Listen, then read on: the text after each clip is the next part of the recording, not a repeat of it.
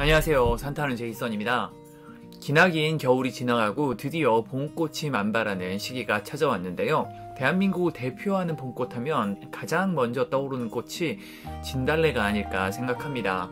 진달래는 그만큼 아름답고 피는 곳이 많아 매년 봄이 되면 많은 분들이 진달래를 찾아 나서는데요. 오늘은 제가 다녀와 본 곳 중 진달래가 아름답기로 유명한 곳들을 소개해 드리도록 하겠습니다. 소개해 드리는 순서는 일찍 피는 순으로 제가 방문했던 날짜와 함께 알려드릴 예정인데요. 매년 개화 시기가 차이가 있으니 가시기 전에 개화 정도를 확인하고 방문하시는 걸 추천드리고요. 뒤에도 멋진 곳들이 많으니 끝까지 시청을 부탁드리겠습니다. 언제나처럼 영상은 모두 제가 직접 촬영한 영상이고요. 더보기를 눌러보시면 자세한 코스를 보실 수 있으니 참고하시기 바라겠습니다. 가장 먼저 소개해드릴 곳은 대한민국에서 진달래 소식을 가장 먼저 알려주는 여수의 영취산입니다. 영취산은 평소엔 그리 많은 사람들이 찾는 산은 아니지만 매년 이맘때만 되면 진달래를 보기 위해 수많은 사람들이 찾고 있습니다. 정상부 능선에 전체적으로 진달래 군락지가 형성되어 있어 어디로 가도 진달래를 원없이 볼 수 있는데요. 또한 영취산은 특이하게도 공장이 밀집하여 있는 공단 지역에 위치한 산이라 우리나라에서 보기 드문 공장뷰를 볼 수도 있고요. 여수 바다까지 함께 볼 수 있어 풍경이 멋진 곳이기도 합니다. 보통은 돌고개 주차장에서 시작하여 가마봉을 거쳐 정상까지 올라가는 경우가 많은데요. 안내 산악회를 이용하는 경우엔 흥곡사로 하산하지만 자차로 가시면 차량 회수를 위해 봉우제에서 임도를 따라 하산하는 코스를 추천드립니다. 보통 절정은 4월 초라고 이야기하는데요. 저 같은 경우 2021년 3월 25일에 다녀왔는데 조금 덜 피어있는 상황이었습니다. 최근 지구온난화 영향인지 3월 말에 절정이 되는 경우가 많은 것 같고요. 올해 같은 경우도 3월 27일 기준 절정 직전이라고 하니 참고하시면 좋을 것 같습니다. 다음 소개해드릴 곳은 남도의 공룡능선이라 불리우는 강진의 주작산과 덕룡산입니다. 보통은 주작덕룡이라 하여 소성문에서 시작하여 덕룡산과 주작산을 지나 오소제까지 이어지는 약 12km의 코스를 말하는데요. 설악산 공룡능선을 능가하는 험한 암릉으로 유명한 코스입니다. 언제 가도 아름다운 코스이지만 그 중에서도 진달래가 피는 3월 말, 4월 초에 가장 많은 사람들이 찾는데요. 험한 암릉 사이사이에 피어있는 분홍색 진달래를 보면 이리도 험한 산을 사람들이 왜 그리 많이 찾는지 알 수 있는 것 같습니다.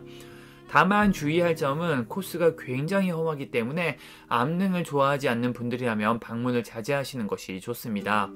약 12km의 구간 동안 봉우리를 50개를 넘는다는 이야기가 있을 정도로 정말 끝도 없이 오르내리는 등산로가 사람을 지치게 하는데요.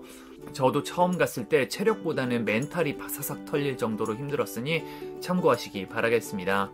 체력이 좋은 분들께서는 오소제에서 이어지는 두륜산까지 들러 총 20km, 덕룡산, 주작산, 두륜산 코스로 다녀오시는 경우도 있습니다. 저는 2021년 4월 6일에 다녀왔는데요. 진달래가 대부분 진 상황이었고요. 올해 2023년도 3월 27일 기준 절정 직전이라고 하니 참고하시기 바라겠습니다. 다음 소개해드릴 곳은 대한민국에서 진달래 하면 가장 먼저 떠오르는 곳 비슬산입니다. 비슬산은 대견사 부근의 널따란 평원 전체에 진달래가 가득 피어 있어 그 규모가 대단할 뿐더러 진달래 군락지 바로 옆 대견사까지 전기차 셔틀버스로 쉽게 올라갈 수 있어 더욱더 많은 사람들이 찾는 것 같습니다. 다만 전기차는 주말이면 사람이 많아 1시간 이상 대기하는 경우가 많으니 참고하시기 바라겠습니다. 등산을 하시는 분들이라면 보통 육아사에서 많이들 오르시는데요. 진달래 군락지가 위치한 대견사와 비슬산 정상인 천왕봉까지 들러 원점 회귀하는 경우가 많습니다. 저는 2021년 4월 14일에 다녀왔는데요. 딱 절정 직전이었는데 제가 간 날 한파가 몰아닥쳐 다음날 대부분의 진달래가 떨어져 아쉬웠던 기억이 있습니다. 재작년과 작년 같은 경우 비슬산 참꽃 개화 상황을 유튜브를 통해서 실시간 중계하였으니 확인해 보시면 방문 시기를 결정하시는데 도움이 될 것 같습니다. 다음 소개해드릴 곳은 청계산의 진달래 능선입니다. 사실 진달래는 봄에 어느 산을 가도 볼 수 있을 정도로 흔한 꽃인데요. 서울에서 그나마 진달래를 많이 볼 수 있는 곳이 청계산 진달래 능선입니다. 개인적으로 청계산을 그리 좋아하지 않아 잘 가지 않는데요. 그나마 4월 초 진달래 능선을 종종 찾게 되는 것 같습니다. 물론 앞서 소개해드린 전국 유수의 진달래 명산에 비하면 아쉬운 수준이지만 서울 안에서 진달래를 보고 싶으신 분들에게는 꽤나 추천해드릴 만합니다. 저는 2021년 3월 31일에 다녀왔는데요. 꽤 볼만했지만 좀 더 늦게 갔으면 더 볼만하지 않았을까 싶습니다. 서울에는 이외에도 북한산 진달래 능선이 있는데요. 예전에 진달래철에 맞춰 가보았지만 진달래는 청계산이 조금 더 나은 느낌이었으니 참고하시길 바라겠습니다. 다음 소개해드릴 곳은 부천의 원미산입니다. 사실 진달래만 보려면 이만한 곳도 없는데요. 원미산은 168m의 낮은 산으로 평소엔 인근 주민분들이 운동 삼아 오르는 곳일 뿐이지만 매년 4월 초 진달래와 벚꽃이 피기 시작하면 많은 분들이 찾는 곳입니다. 사실 등산을 하지 않아도 진달래를 볼 수 있을 뿐더러 벚꽃도 함께 즐길 수 있고요. 지하철 7호선 부천 종합운동장역과 연결되어 있어 대중교통으로 가기도 편하고요. 부천 종합운동장 주차장이 잘 되어 있어 주차도 손쉬워 수도권에서 진달래를 보러 갈 때 가장 추천하는 곳입니다.